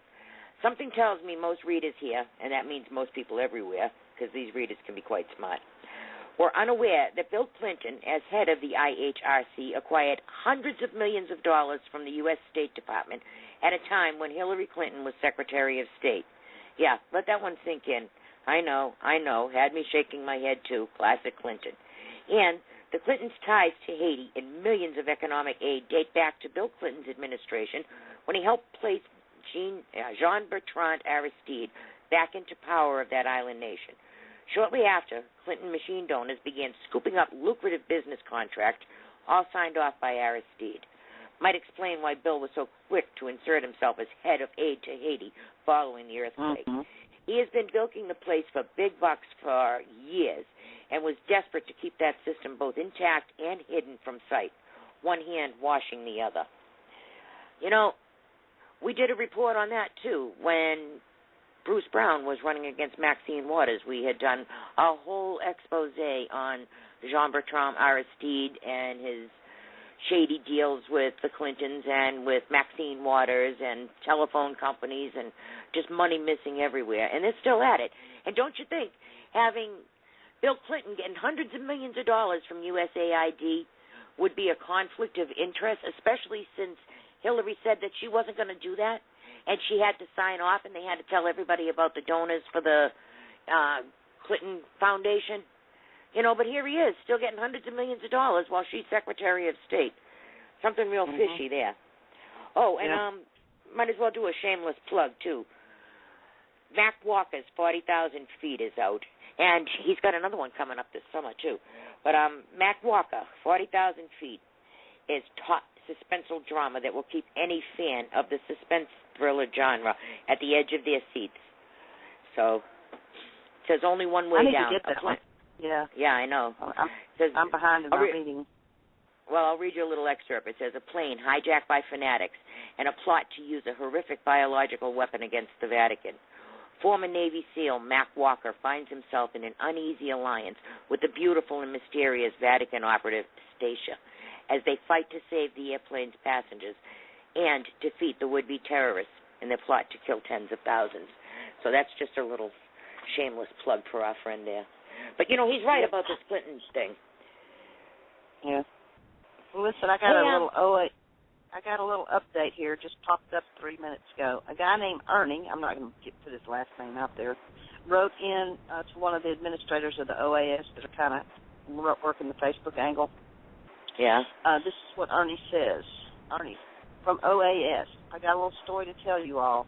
As my companions and I were leaving the mall today, we noticed a police officer sitting in his cruiser. We said hello in passing and proceeded to load up our vehicle. We were approached by the officer. He asked if he could speak to us, at which point he told us that 99.9% of every officer in D.C. is in full support of our movement and what it stands for. He also told us, in a worst-case scenario, if they were ever asked to fire on American patriots, they would throw their badges down and join us. The sincerity in this man's voice was unmistakable. We spoke for 45 minutes. What an awesome experience. And for you conspiracy theorists, we asked him about the officers in the blue helmets. Were they some type of UN police? He laughed and told us they are park police. So there you go. That's a nice little update. You know, that's good to know. And I think I'm glad you read that, because that should get out there. You know, that lets people know that everybody's in support. I think we can do better, you know, and we can help them, that they're not wrong. They got the right idea. They just, the way it's being applied could use some help, you know. And like I said, I'm certainly not dogging, because, you know, they are off the couch and in D.C. and marching, and I'm very proud of them. Here's another update from Deborah. Colonel Riley's spokesperson just stated that 2 million bikers are now supporting OAS and are on their way to D.C. She said to check their sites. So we got 2 million bikers to D.C. are on the way. But I got to tell you something, too, because I was looking at the Rolling Thunder. Rolling Thunder put out a story that said that they are not supporting, and they are not supporting OAS, Operation American Spring. They said that every year, and they schedule out in years in advance, they do this memorial to bring awareness to killed and missing in action and veterans all over the place. They said that they're not supporting it, but they're not denigrating it or not supporting it either, you know. So they do their thing. But then I saw 2 million bikers to D.C., and a whole bunch of bikers are saying, yeah, we're going to D.C. for Rolling Thunder, but then we're going over to the march. So I think they're both right. You know, the one Rolling Thunder is something that's scheduled years out. But this, you know, these bikers, while they're in D.C., they're gonna go and check it out, too. So we'll see what happens. They're already rolling in. The Rolling Thunder is next weekend, but the advanced teams are already there. And I've seen pictures today, and there's bikers there today. I mean, you know, because someone else was disputing this post saying, oh, that's, you know, hogwash because it's Rolling Thunder and blah, blah, blah, blah, blah. Well, you know, Rolling Thunder may have been scheduled for this coming up weekend, but if Rolling Thunder is coming in support of OAS, there's nothing that says they can't all be right in one big, that's right. group. Just because they're coming, maybe just because they were going to D.C. anyway doesn't mean they can't support OAS. Exactly, and that's what they're saying. You know, officially they're not supporting, but they're not supporting either.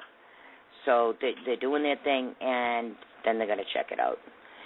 Hey, for a while... Speaking of Rolling Thunder, well, hold on. Rolling Thunder, you know, Alan West leads that parade of Rolling Thunder, and has in the past before. Heard a little mouse told me, or a little bird, or whatever, that he's very seriously considering running for president. Cute. Yeah. I'd like to see that. He should.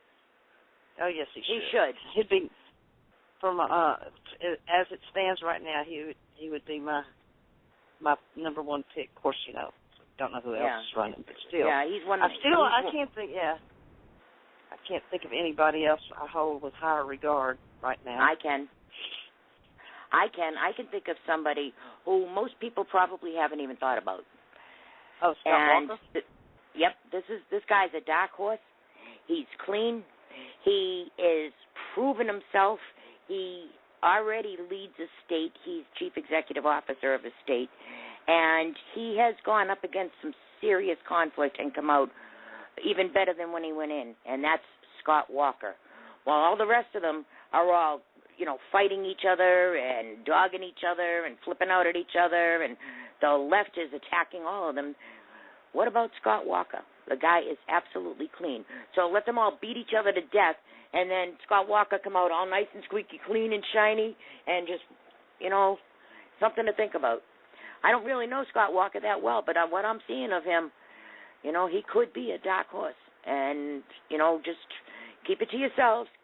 Just keep your eye on the guy. And keep your eye on everybody else, too, and see, who's going to eliminate each other and who's willing to kill each other. Oh, I'm sorry, but I've got to call Michelle Obama. I think she used the word dark horse, and that might be racist, and I might need to call Michelle. Oh, man. Even though you were referring even though you were, because I was going to say something about Michelle calling the kettle black.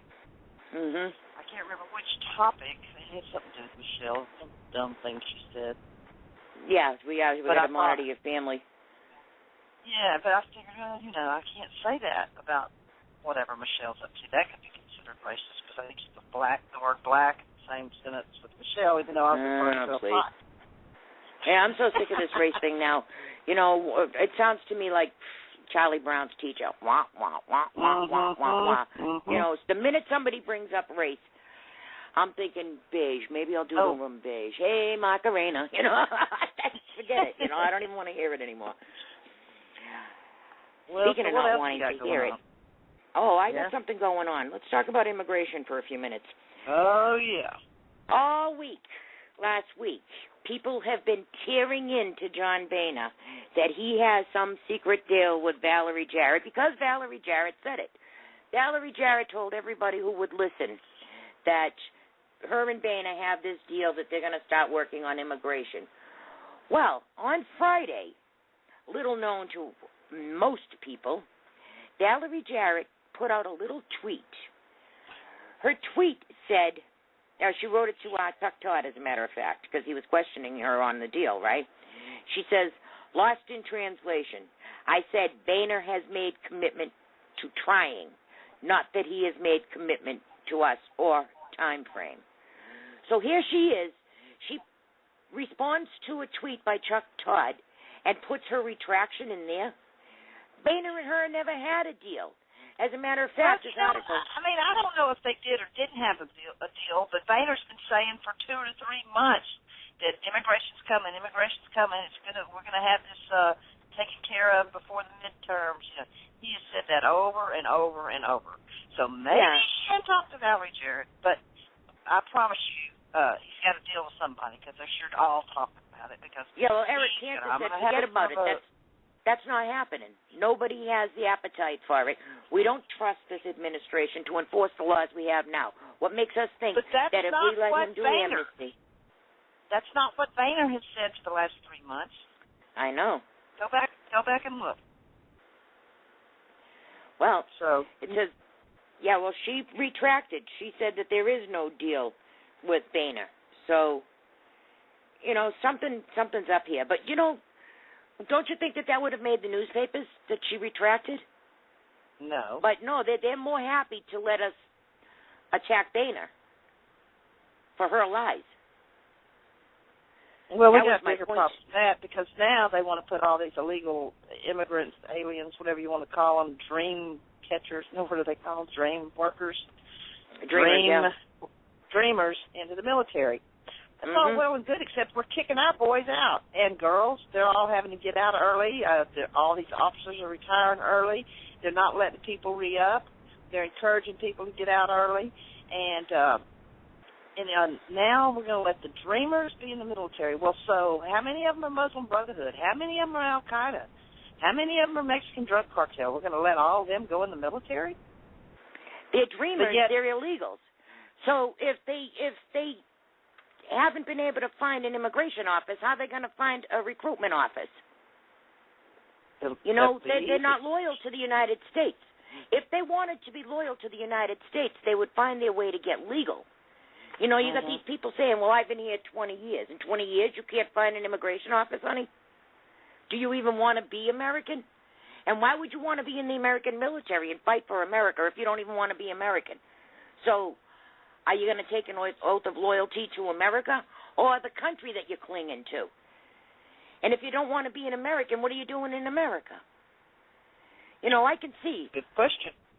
I can see, okay, the tomato picker that they all want us to think about come over with his kids. Okay, he's the least of our problems. Like JoJo just said, what about these Muslim Brotherhood or these jihadis or anybody else who's here to harm us? And why would you put them in your military if they don't even want to be loyal to the country and they're not in the military?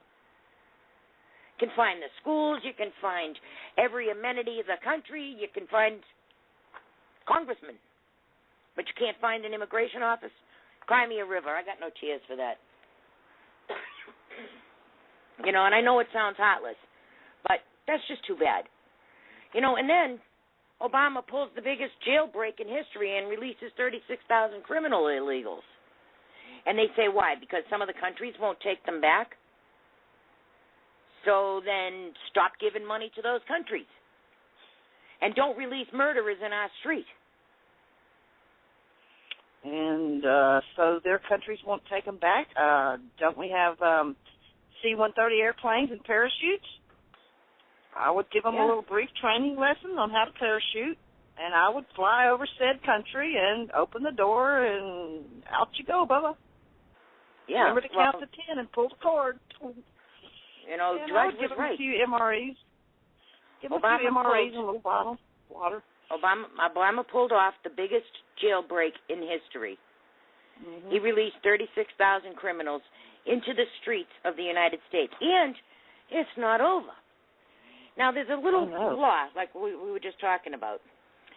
And according to ICE, many of the releases, specifically 72% of criminal immigrants convicted of homicide, were mandatory, required by court decisions like Zavidas.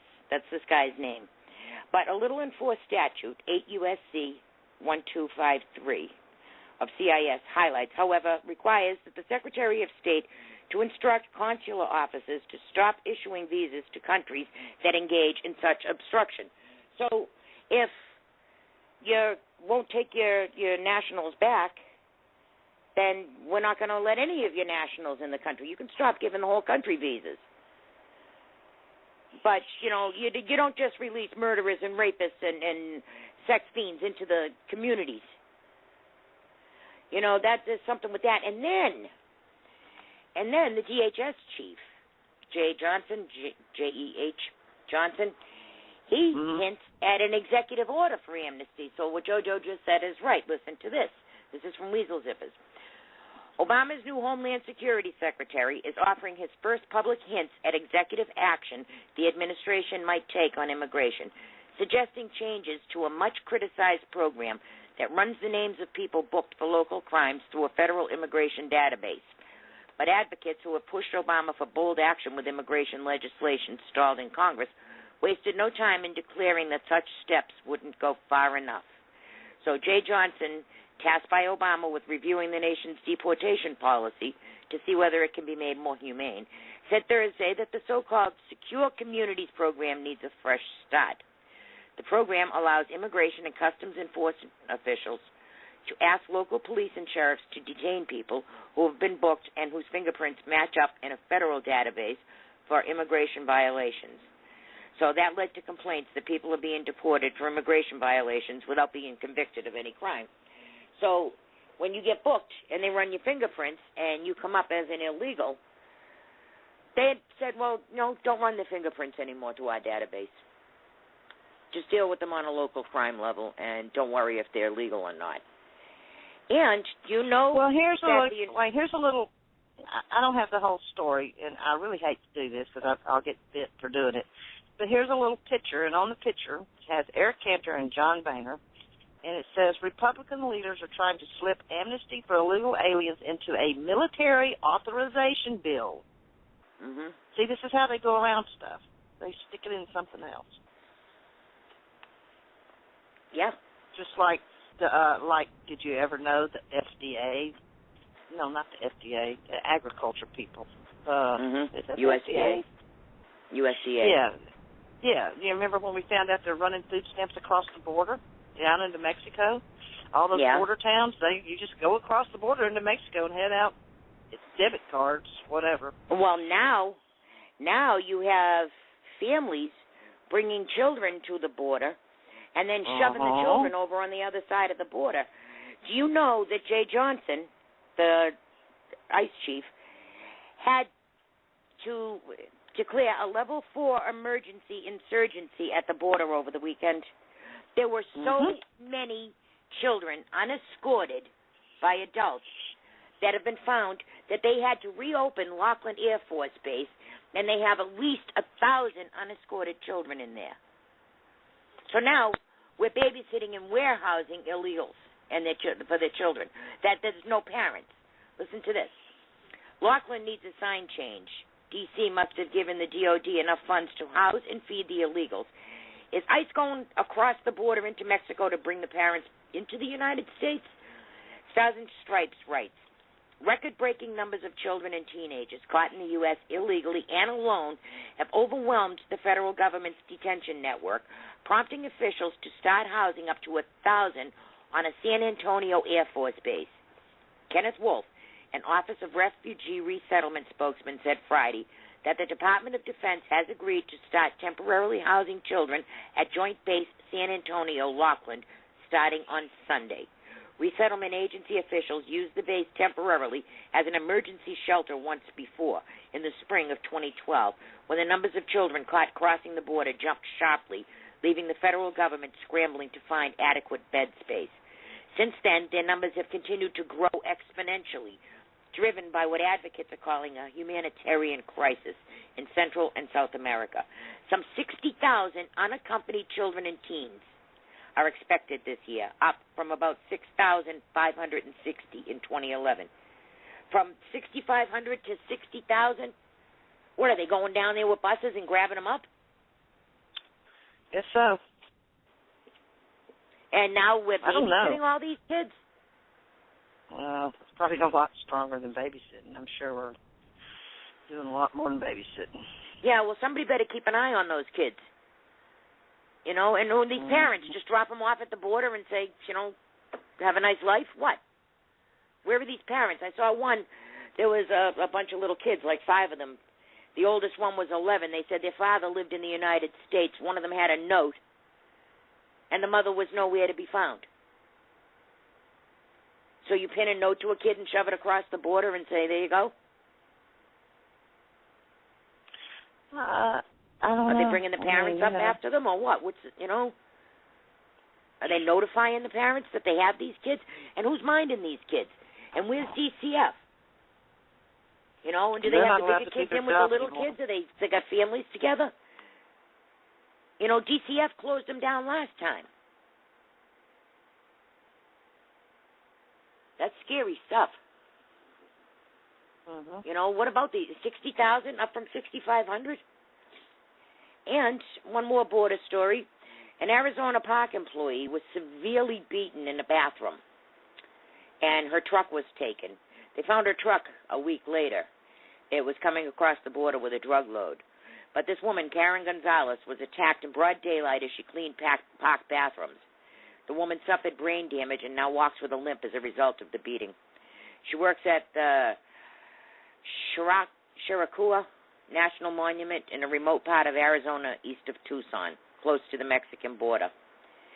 So they caught an illegal alien with a load of drugs in her stolen truck, but she was left for dead. All right. Anything you want to bring up before we go on?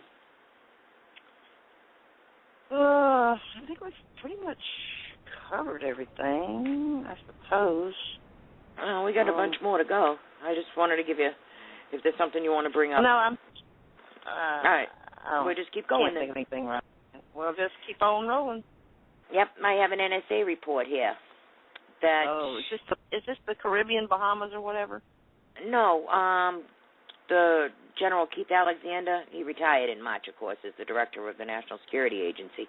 But he said the number of attacks that are coming, the probability is growing. Alexander said in New Yorker Magazine interview published over the weekend, what I saw at NSA is that there is a lot more coming our way.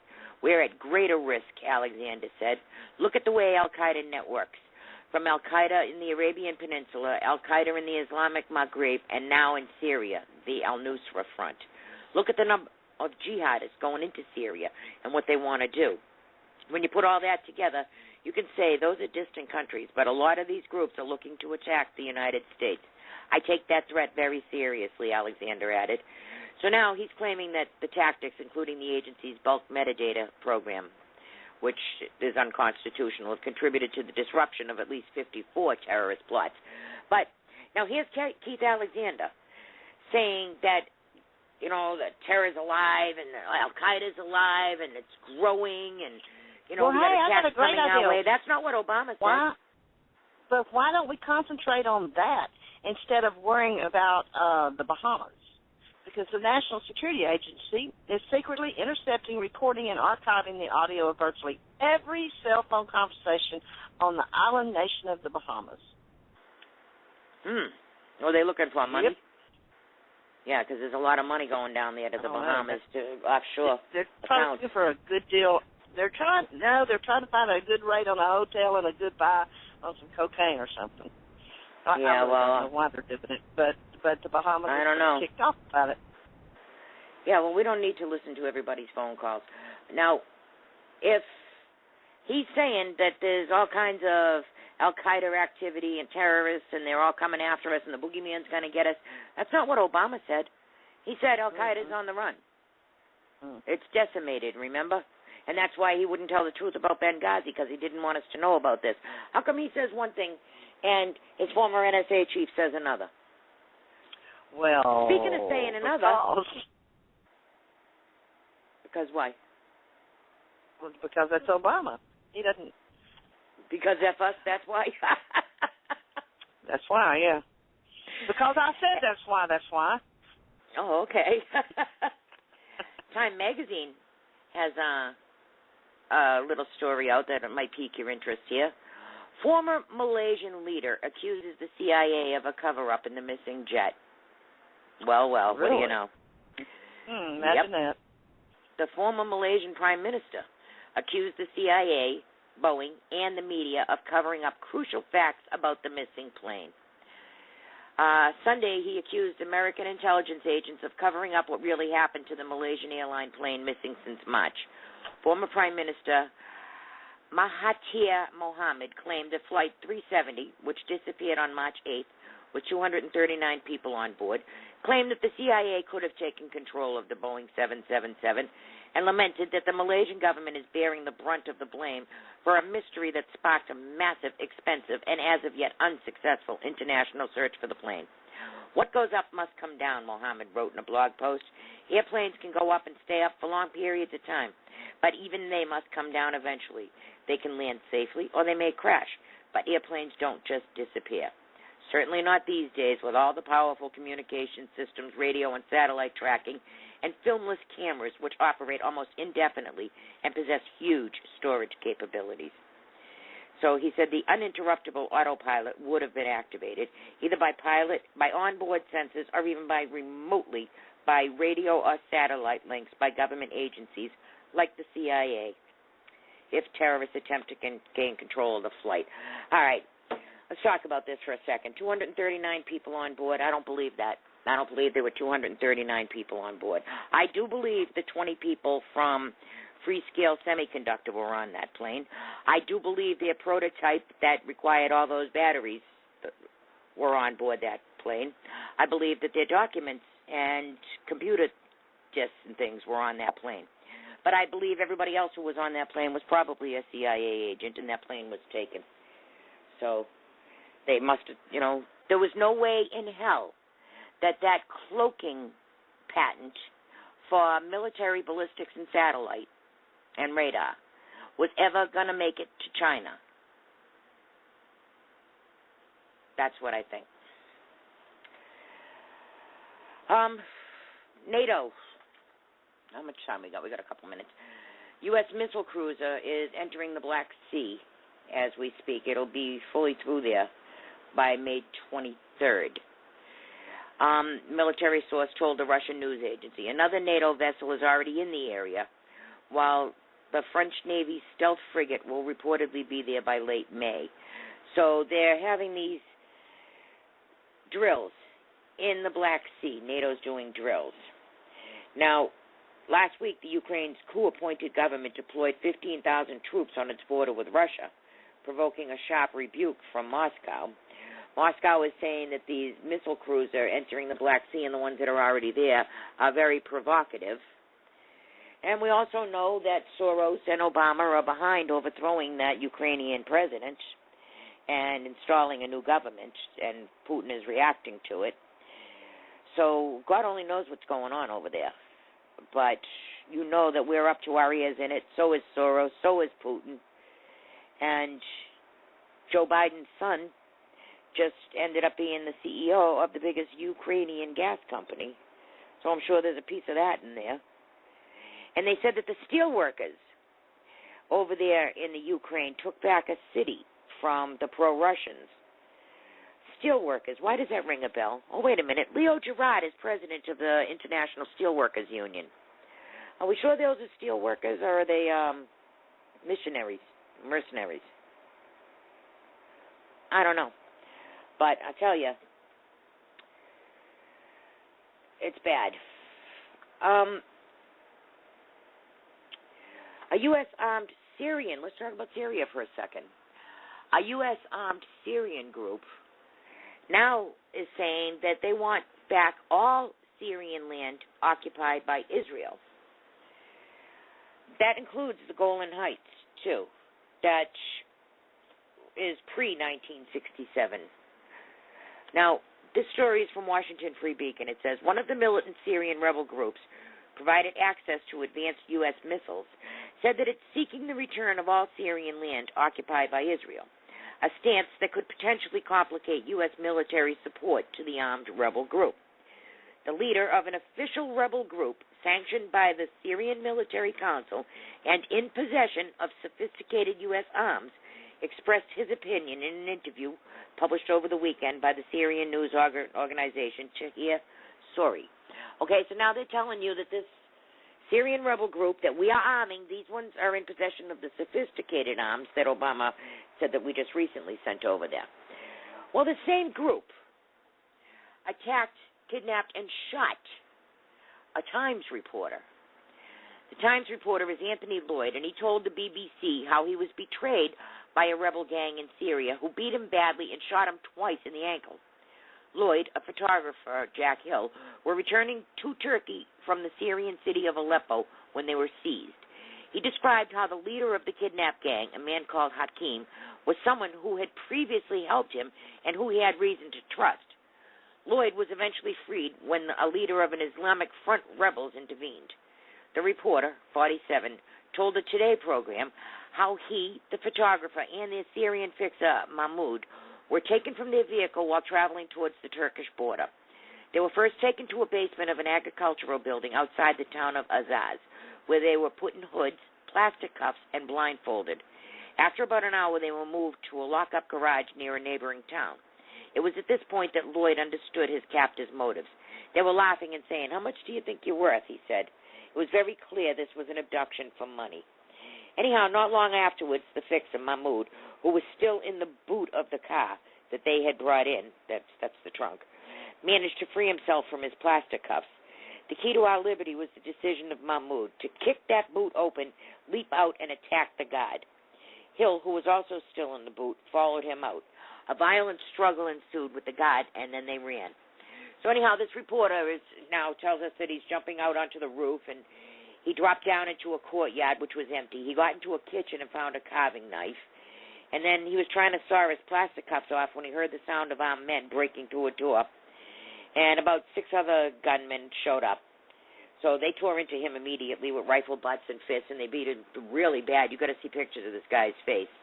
Anyhow, they re-kidnapped him, and they moved him again. And he was eventually taken to what he described as a field clinic. So, you know, the second ones that beat him, they at least brought him to a hospital, but not before one of them shot him in both ankles. And then I got I got 2 more things. Do you know that the United States is the chief enabler of Christian persecution around the world right now? Front Page magazine says human rights organization Open Doors published its 2014 World Watch list in January, highlighting and ranking the top 50 nations that persecute Christians. The overwhelming majority of countries making the list, and 9 of the top 10 worst offenders are Muslim and include nations from among Americans' allies. Saudi Arabia, Kuwait, its contender Iran, from among economically rich nations like Qatar and poor nations like Somalia and Yemen, from among the Islamic Republic nations. Even Afghanistan and Iraq and Malaysia and Indonesia made this list.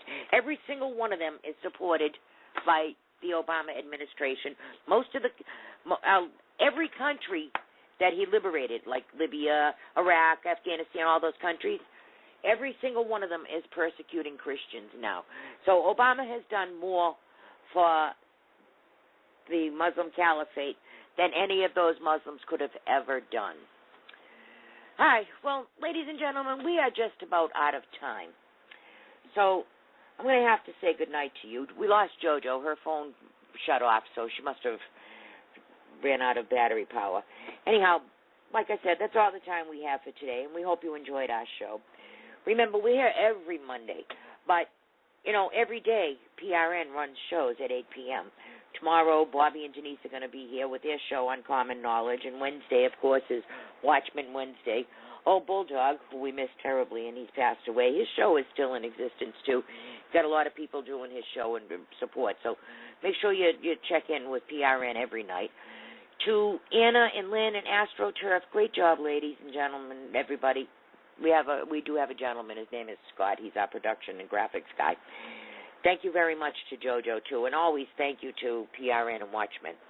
So on that note, good night, America. We love you, and let's hear a little bit of